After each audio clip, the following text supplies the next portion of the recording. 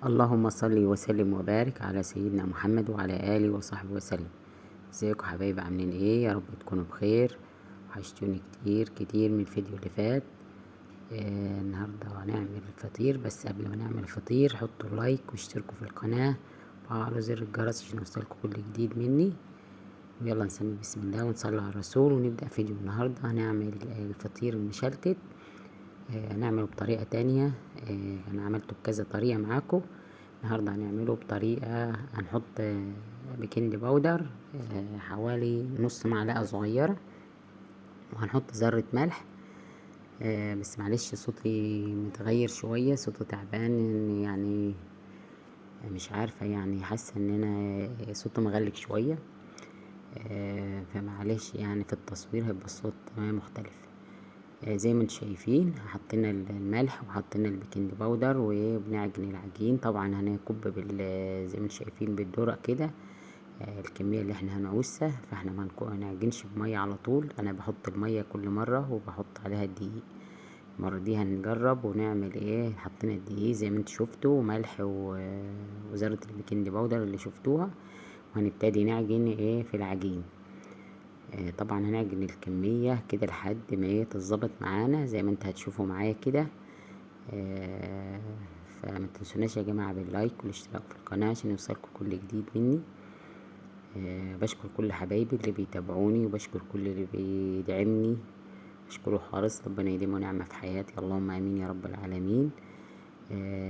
طبعا القناة هتكبر بيكم ومعاكم احلى متابعين في الدنيا. ربنا يديمكم نعمة في حياتي، اللهم امين يا رب العالمين. زي ما انتم شايفين هنكمل عجن العجينة، وايه طبعا لحد ما تاخد كده العجنة اللي هي احنا مش هنعملها عجينة طبعا تخين، لازم العجينة تبقى وسط، ولا تخينة ولا طرية. طبعا يا جماعة هنعجن العجينة زي ما انتم شايفين. طبعا انا بخلعها من ايدي كده عشان ألمها كده كويس. طبعا هنفضل نلم فيها لما ايه تاخد يعني تبقى عجينة طرية كده وايه، ويبقى فيها عرق كده عشان تعرف تفرديها كويس على معاكي على الصينية زي ما هتشوفوا معايا. طبعا انا هسيبها حوالي ربع ساعة او 10 دقايق كده اما ترتاح، لان طبعا الجو حر شديد زي ما انتوا عارفين، فمش هتنفع تقعد، لان العجين في الحر بتلقيه بيسيح كده معاكي. فاحنا هنقطع العجين ونشتغل فيه على طول بعد ما تريح حوالي 10 دقايق.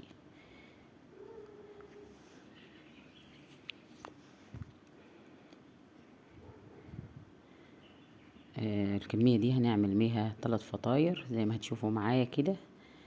بس ايه هنعجنها عجنة كويسة كده وتاخد ايه العجنة اللي هي لازم يعني تعجن الفطير ده، بيحب انك تعجنيه كويس يبقى فيه عرق كده ويفرد معاكي. زي ما انتم شايفين كده هنقطع العجين كذا قطعة كده صغيرة، كور كده صغيرة او قد البرتقانة كده، ونركنها على جنب لحد ما نقطع ايه الكمية كلها، وبعد كده نسيبها تريح برضي 10 دقايق، وبعد كده نبدأ فيها فرد. هي الجو حر فايه احنا خايفين من ايه العجينة تعمل تسيح معاكي. دي يا جماعة ده جمح عادي يعني، انا ما اشتريناش اي انواع دقيق، ده دقيق الجمح العادي اللي هو عندنا. فلاحظوا ان بصوا هي وانا بفرد فيه تلقاه يعني بيتقطع، بس مش بيتقطع كله، يعني حاجة بسيطة كده. فاحنا هنفرده كده، وعاد لو اتقطع منك عادي اشتغل عادي طبيعي زي ما انتوا شايفين. بصوا يعني هنشتغل بيه زي ما هو كده، بس اهم حاجه انك انت ترجيه كويس ويفرد معاكي فرد كويس كده. اهم حاجه ده في فرد الفطير، خلي الفطيره تورق وتبقى حلوه معاكي. ما يهمكيش طبعا الدقيق ده احنا طحناه، فايه حسيت ان هو ايه مختلف عن كل طحنه. يعني بنطحن الطحين احيانا، الطحين مع الطاحونه، في الطاحونه احيانا باسمه بيسهك يعني الطاحونة بتكون سخنة، فبتخلي الدقيق زي ما اقول لكم زي ما يكون السلك كده يعني في مع سخونة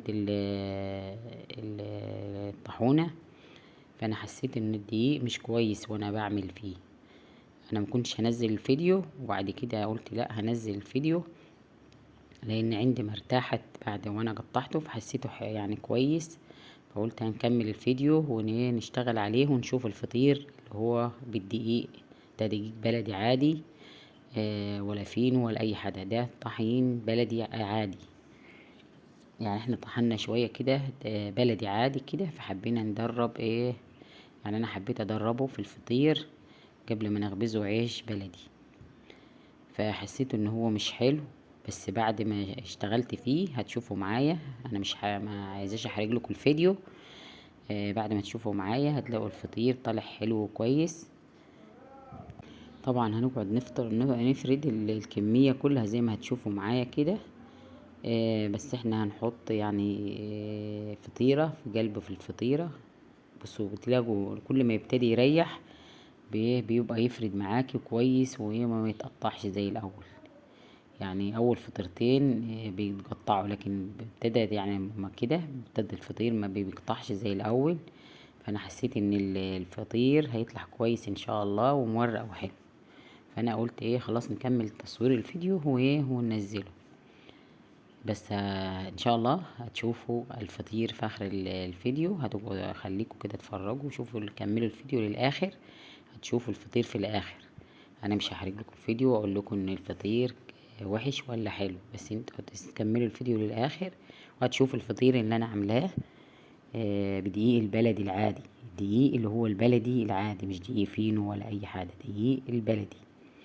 هتشوفوا معايا الفطير يعني ولا دقيق فينو ولا دقيق، فنقول دقيق المخبوزات ولا اي حاجه. ده دقيق بلدي عادي. يعني وديناه الطاحونه طحناه، قلنا له دقيق بلدي عادي، ولا فينو ولا اي حاجه. وهتشوفوا معايا احلى فطير عملناه، احلى فطير زي ما انتم شايفين كده. بصوا حطينا فطيره في قلب فطيره. يعني انا عملت هتشوفوا معايا كذا نوع، يعني مش نوع واحد، كذا نوع هتشوفوا معايا. احنا مش هنعمل فطير كتير، بس يعني انا عملت لكم كذا طريقه في فرد الفطير. طبعا مع سخونة الجو زي ما انتم شايفين، اول ما بشد الفطيره كده فبتقطع معايا. فانا حبيت ان انا ما اشدش ولا اعمل، بفرد بايدي زي ما انتم شايفين كده. احلى فطير. وبقول لكم يا جماعه الفطير ده فطير دقيق بلدي، مش فطير فينو ولا حقيقة ولا اي انواع دقيق مخبوزات. انا حبيت اوريكم ان الفطير بيتعمل بدقيق بلدي، بدقيق فينو، بدقيق مخبوزات، زي ما الناس بتعمل. يعني باي نوع دقيق تعمل الفطير ده بالذات باي نوع دقيق، مش لازم دقيق مخبوزات او دقيق تروح عند الراجل تقول انا عايزه دقيق مخبوزات او دقيق فطير الفطاير وكده. لا، انا بقول لكم ان ده دقيق بلدي عادي، يعني مش فينو، ده دقيق بلدي عادي. وديني زي ما انتم شايفين بفرده وبشتغل فيه. وهتشوفوا في اخر الفيديو زي ما هتشوفوا معايا كده ان احلى فطير هنعمله ان شاء الله. بس خليكم كده لاخر الفيديو عشان تشوفوا الفطير معايا كان حلو ولا وحش، هيعجبكم ولا لا. بصوا عملنا الكمية دي وهنعمل احلى فطير. بس هنفرده تاني طبعا، عشان ما ينفعش ان احنا هنعمله كده وهو ملولو كده لا، هنفرده تاني ونطبقه تاني كده. بيبقى معاكم طبعا زي ما انتم ملاحظين ان هو ارتاح الدقيق، العجينة ارتاحت بعد الفرد، وطبعا ركنتها في الصينية ارتاحت. بصوا احنا هنطبقها تاني كده ونركنها برضي ونسيبها تريح عبال لما نعمل باقي كمية الفطاير اللي انتم شايفينها. بصوا هنفرد ونلم، هنفرد ونلم زي ما انتم شايفين. وزي ما قلت لكم والله الدقيق ده دقيق بلدي، بلدي مش فينو. يعني انا حبيت اوريكم ان الفطير بيتعمل باي انواع دقيق، مش دقيق بقى فينو او دقيق مخبوزات ولا حاجه، باي انواع الدقيق هتعمليه.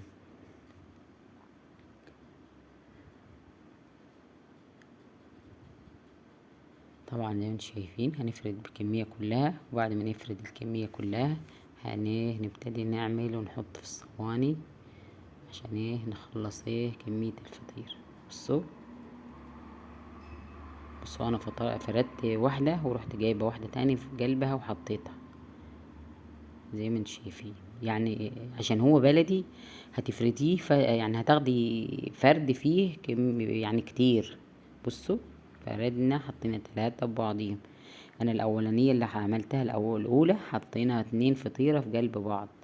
دي بصوا 3 فطاير في قلب بعض زي ما انتم شفتوا. الاول فردناهم ولفناهم كده زي التعبان وركناهم، وبعد كده رجعنا فردناهم تاني وركناه وطبقناهم سيبناهم في الصينية، ورجعنا تاني فردناهم زي ما انتم شايفين وحطيناهم في في قلب بعض، وبعد كده حطيناهم في الصينية. طبعا هنعمل فطيرة كبيرة زي ما انتم شايفين.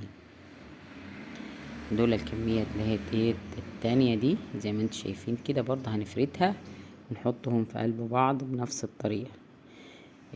الطريقة اللي انا عاملاها دي معاكم هتشوفوها تلقوا الفطير مورق وطريقة يعني مختلفة خالص عن الفطير، هتلقوها مورقة وزي ما قلت لكم بالنوع الدقيق البلدي هتشوفوه مختلف واحسن ان شاء الله من الدقيق اللي الفينو. بصوا طبعا احنا فردناها ورجعنا فردنا خدت يعني 3 مرات وانا اعمل الفطيرة زي ما انتوا شفتوا معايا. بصوا هنفردها برضه في قلب الفطيرة التانية، وهنجيب الفطيرة التالتة اللي فاضلة ونحطها برضه في قلب الفطيرة ونفردها فردة حلوة طبعا، وهنسيبهم يريحوا برضه 5 دقايق، وبعد كده نفردهم في الصواني ونوديهم على الفرن على طول. طبعا زي ما انتوا عارفين في الفرن ما بياخدوش في حدود 10 دقايق او ربع ساعة ويستوي، لان الفطير ده ما بياخدش سوا يعني بيستوي بسرعة. وعلى الاول تحطيه على نار من تحت، تعلي النار من تحت عشان يستوي من تحت، وبعد كده تعلي النار من فوق. ما تعليش النار من فوق ومن تحت مرة واحدة على الفطير محمر من فوق ويبقى لسه من تحت ني. لازم تعلي النار من تحت يستوي كده معاكي، وبعد كده تعلي عليه النار من فوق. طبعا زي ما انتوا عارفين انا بعمل في الفرن اللي هي بالانبوبة، اللي هي فرن الخبيز، اللي هي الفرن الصاج اللي انا بخبز عليها العيش المرحرح والعيش الشمسي والعيش اللي انتوا بتشوفوه العيش الشامي. انا بعمل العيش المرحرح والعيش الشامي والعيش الشمسي. قناتي بتعمل مخبوزات وبتعمل اكلات وتربي طيور وبزرع، يعني انا مصوره لكم حاجات كتير. بس ادعمونا يا جماعه باللايك، بالله عليكم حطوا اللايك واشتركوا في القناه وعلى زر الجرس عشان يوصلكم كل جديد مني. زي ما انتم شايفين نفرد الفطيره كده في الصواني وناخدهم على الفرن على طول. هنحطهم في الفرن. طبعا الفطيرة دي كبيرة قوي، فانا حطيتها في الصينية الكبيرة، لسه برضه هفردها تاني شوية بعد ما تريح برضه عبت موديها الفرن، لان انا ما بشتغلش زي ما انتم شايفين، انا بشتغل جوه مش عند الفرن لان الجو حار. طبعا في الحرارة دي ما تقدريش تشتغلي عند الفرن. انا بعمل الفطير والحاجات دي لما يبقى الجو معقول اشتغل عند الفرن. طول ما الجو حر بقعد تحت المروحة دي عشان عشان الجو حر شديد. احلى فطير عملناها زي ما انت شفتوا كده بالدقيق البلدي اللي هو الدقيق العادي خالص، وهتشوفوا معايا احلى فطير هنعمله ان شاء الله. دول 3 فطاير زي ما انت شفتوا بكيلو دقيق. الكمية اللي احنا عملناها كيلو دقيق، بس كيلو واحد مفيش غيره، كيلو دقيق. يعني الكمية اللي احنا عملنا 3 فطاير اللي احنا عاملينها دول بكيلو دقيق.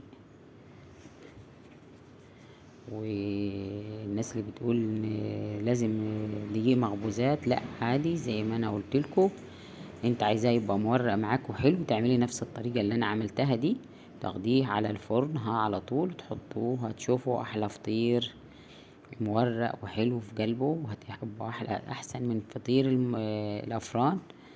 يعني هتلاقيه مختلف خالص وحلو ومورق احسن من الدقيق الفينو. وده تلقوه طري مش ناشف معاكو. الدقيق الفينو بتلقيه وش الفطيرة بتنشف كده وتبقى ايه تفتول منك كده، لكن الدقيق البلدي بيبقى قاعد زي ما هو، يعني الفطير طري وحلو كده وتاكليه احلى فطير. بصوا ادي الثلاث فطاير، بصوا اتنفخوا كيف معاكي وهتشوفي نفس بصوا ولاد الثلاث فطاير احلى فطير والله العظيم، مختلف خالص. طبعا انا ماسكه التليفون بايد وبقطع بالايد التانية، فحبيت اوريكم الفطير. بصوا مورق كيف كله اهو زي الفطير اللي انت بتشتريه من الافران.